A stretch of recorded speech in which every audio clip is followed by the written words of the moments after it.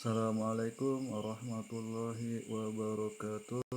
Alhamdulillah kita bertemu kembali untuk pelajaran perkarya kelas 9. Nah, sini pelajaran tentang proses produksi kerajinan bahan keras. Jadi bagaimana cara proses suatu kerajinan. Artinya adalah bagaimana kita cara membuatnya. Di sini ada cuma ringkasan bagaimana cara membuat suatu kerajinan bahan keras. Nah, kalau kemarin kan pelajari tentang bahan keras, kita kan terbagi menjadi dua bagian. Ada yang alami dan ada yang buatan. Nah, ini kita baca proses produksi kerajinan bahan keras.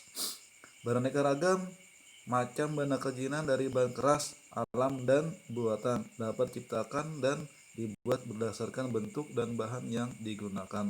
Nah, tekniknya adalah bervariasi. Ada ukir, pahat, cukil, anyaman, potong, sambung, lukis, tiup, tatah, dan sebagainya. Semuanya disesuaikan dengan jenis bahan yang digunakan, manfaatnya, dan rancangan produk kerajinan. Yang pertama, kerajinan bahan keras alam. Proses pembuatan produk kerajinan bahan keras alam di setiap wilayah tentunya berbeda dengan wilayah lainnya. Masing-masing daerah memiliki jenis kerajinan lokal bahan keras yang menjadi unggulan daerahnya. Di sini ada beberapa kerajinan bahan keras alam akan dijelaskan secara singkat sebagai berikut. Pertama adalah kerajinan rotan. Nah, kalian tahu rotan? Ya pasti jelas sudah tahu rotan itu bentuknya seperti apa. Bentuknya panjang, terus dia agak elastis sehingga mudah dibentuk. Nah, rotan merupakan hasil kekayaan alam yang sangat besar di Indonesia. Pulau yang paling banyak menghasilkan rotan adalah Sulawesi dan Kalimantan. Namun tumbuh juga di tanah Sumatera, Jawa, dan daerah lainnya. Tumbuhan rotan bersifat kuat dan lentur sehingga sangat cocok untuk berkerajinan dengan teknik anyaman. Selain memenuhi kebutuhan ekspor, teknik kerajinan rotan diproduksi untuk kebutuhan masyarakat. Nah, di sini ada cara membuat kerajinan dari rotan. Pertama adalah bahan dan alatnya. Bahan yang digunakan adalah untuk kerajinan rotan adalah terbagi dalam 3 bagian, yaitu rotan kupasan atau kulit, luar sebagai pengikat atau bahan anyaman, rotan batang yang langsung dipoles, dan rotan isi yang biasa disebut dengan vitrik atau petrik. Rotan lainnya adalah minyak tanah atau belerang untuk pemasakan, pelitur, dan cat warna. Alat yang digunakan untuk membuat kerajinan rotan adalah gunting rotan, palu, alat membengkok, bor, amplas, gergaji, kompor, dan kuas cat. Prosesnya adalah sini setelah dibersihkan dari kelapa yang berduri, rotan harus dilakukan pengawetan dan terlindung dari jemur blue stain. Secara garis besar terdapat dua proses pengolahan bahan baku rotan, yaitu pemasakan dengan minyak tanah untuk rotan berukuran sedang atau yang besar, dan pengasapan dengan belerang untuk rotan berukuran kecil. Selanjutnya, rotan dapat diolah menjadi berbagai macam bahan baku, misalnya dibuat pil atau kupasan, polis, dan vitrit. Proses pembuatan nyaman rotan kan beberapa tahap berikut.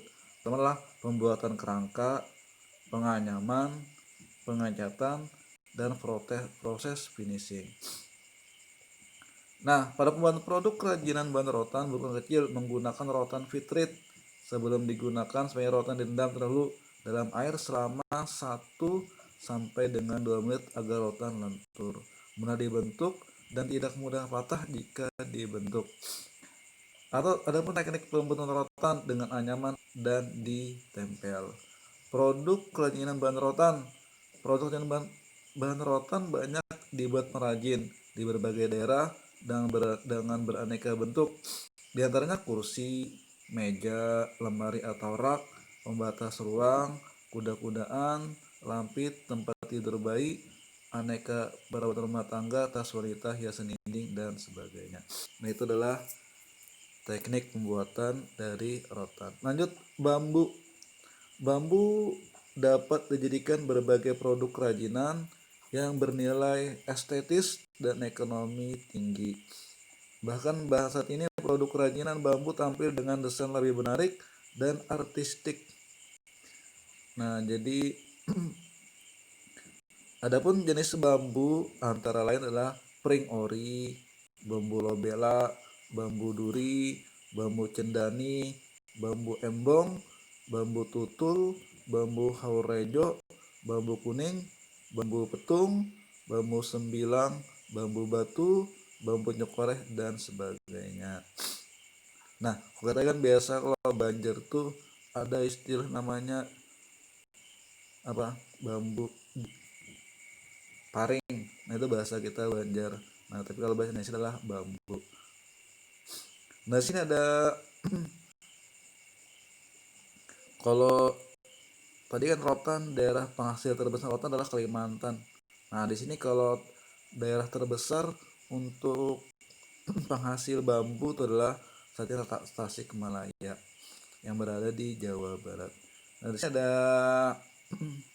bahan dan alat produksi kerajinan bahan bambu. Bahan yang digunakan untuk membuat kerajinan bambu adalah bambu batangan atau bambu yang sudah disayat. Alat yang digunakan adalah parang, palu, gergaji, pisau raut, tang, tatah, meteran, kuas, serta bor. Prosesnya yang pertama adalah pilih dulu bambunya tidak terlalu muda dan tidak terlalu tua. Setelah ditebang, potongan bambu sepanjang 2 atau sampai 3 ruas. Simpan bambu tempel yang sejuk dengan tegakkan hingga 5 sampai 6 hari. Pilih bambu yang memiliki ruas paling panjang agar mudah dibentuk kerajinan. Nah, setelah memperoleh bambu yang baik, adapun dapat mulai proses pembuatan kerajinan bahan bambu. Salah satu contohnya adalah dengan membuat lonceng bambu. Nah, sini ada 10 proses pembuatan untuk membuat lonceng dari bambu. Kalian baca sendiri aja lah. Lanjut, produk kerajinan bambu. Produk kerajinan dari bahan bambu sudah banyak dibuat orang sejak dahulu kala. Contohnya adalah sendal, aneka alat rumah tangga, kap lampu, dan tempat tidur. Lanjut, kalau tadi masih di bagian tentang kerajinan alam. Nah, ini ada kayu. Kerajinan ukir kayu adalah kerajinan yang menggunakan bahan dari kayu dan dikerjakan atau dibentuk menggunakan tatah ukir. Kerajinan ukiran memang lebih banyak menggunakan bahan bau kayu sebagai bahan utamanya. Yang biasanya digunakan adalah kayu jati, mahoni, waru, sawo, nangka, dan lain-lain. Kain ulang keras dapat dibuat kerajinan dengan teknik ukir atau pahat. Selain itu juga dapat dengan teknik tempel atau sambung baik dengan perekat maupun dengan paku. Bahannya biasa kita menggunakan adalah bahan gergaji, pahat, cukil, palu, kuas, amplas, dan beberapa mesin seperti mesin bubut, mesin motong kayu, dan sebagainya. Nah, proses pembuatan kerajinan kayu dapat dilakukan dengan berbagai teknik. Dalam bahasa Inggris biasa dengan sebut dengan woodcraft. Setiap daerah di Nusantara memiliki teknik dan finishing yang berbeda dalam pengerjaan kerajinan kayu. Teknik dapat dilakukan dengan pembuatan teknik kayu di antara teknik adalah teknik bubut, teknik potong sambung, teknik bor, dan beberapa teknik lainnya. Dari beragam teknik tersebut, teknik yang paling sulit adalah teknik ukir karena melakukan keterampilan baik agar diperoleh hasil yang berkualitas dan tidak boros bahan dasar. Produk adalah biasanya di sini kita membuat miniatur kendaraan dan miniatur rumah adat dari kayu. Lanjut tentang kerajinan bahan keras buatan. Kalau tadi alami, sekarang adalah bahan keras buatan. Nah, kita langsung aja. Nah, kalau bahan keras buatan contohnya adalah kerajinan logam. Kerajinan logam menggunakan bahan logam seperti besi, perunggu, emas, perak, dan sebagainya. Dan digunakan biasanya sistem cor, ukir, tempe, atau sesuai dengan bentuk yang diinginkan. Berbagai bahan banyak dibuat sebagai perhiasan atau aksesoris, kemudian berkembang pula sebagai benda hias, benda fungsional lainnya seperti gelas, kap lampu, hiasan, wadah serbaguna, piala sebagai simbol kejuaraan dan sebagainya. Indonesia banyak daerah penghasil kerajinan logam, yaitu Yogyakarta, Sumatera Barat, dan Bali yang dikenal sebagai daerah penghasil perak. Bahan dan alatnya adalah kita bisa menggunakan besi, aluminium, perunggu, perak, emas, dan timah. Dan cat warna untuk buat kerajinan logam yang tahan lama.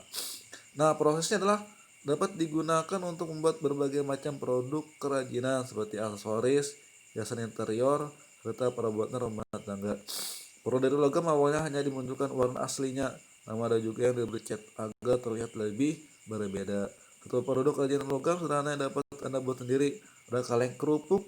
Ada proses pembuatan kaleng kerupuk dapat Anda simak pada gambar berikut.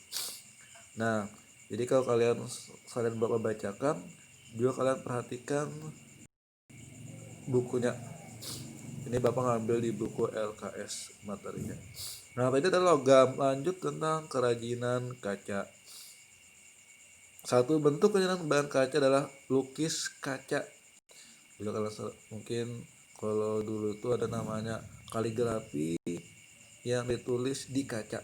Nah, di sini ada pelajaran tentang lukis kaca. Kaca banyak dipakai untuk memperindah ruangan pada masjid, gereja, dan rumah tinggal. Lukisan yang sering digunakan adalah dekoratif karena lukisan dibuat dengan banyak elemen. Hiasan pada tiap ornamen digunakan. Dan dari pewarnaan yang sering digunakan, lukis kaca memiliki kecenderungan transparan, sehingga jika digunakan sebagai penghias ruangan, tampak tembus pandang. Selain lukis kaca, ada juga kaca patri. Berbeda dengan lukis kaca, pembuatan kaca patri dilakukan menggunakan teknik matri pada bagian sambung kaca. Bahan dan alat produksi kerajinan lukis kaca. Bahannya adalah pertama pisau kertas untuk mengerok gambar yang salah, kuas untuk mengecat, jadi sebagai alat pembuatan hias lukis kaca, lap untuk mesin kaca sisa cat pada ujung pena ataupun pada kaca, lap pena untuk membuat garis luar atau outline objek gambar sesuai desain. Kertas rancangan digunakan untuk sebagai objek yang digunakan akan pada lukis kaca. Nah, demikianlah materi perkarya pada pertemuan saat ini. Semuanya diharapkan untuk memperhatikan materi. Jadi kalau ada bukunya juga perhatikan materi yang ada di sini. Nah, sekian. Terima kasih. Assalamualaikum warahmatullahi wabarakatuh.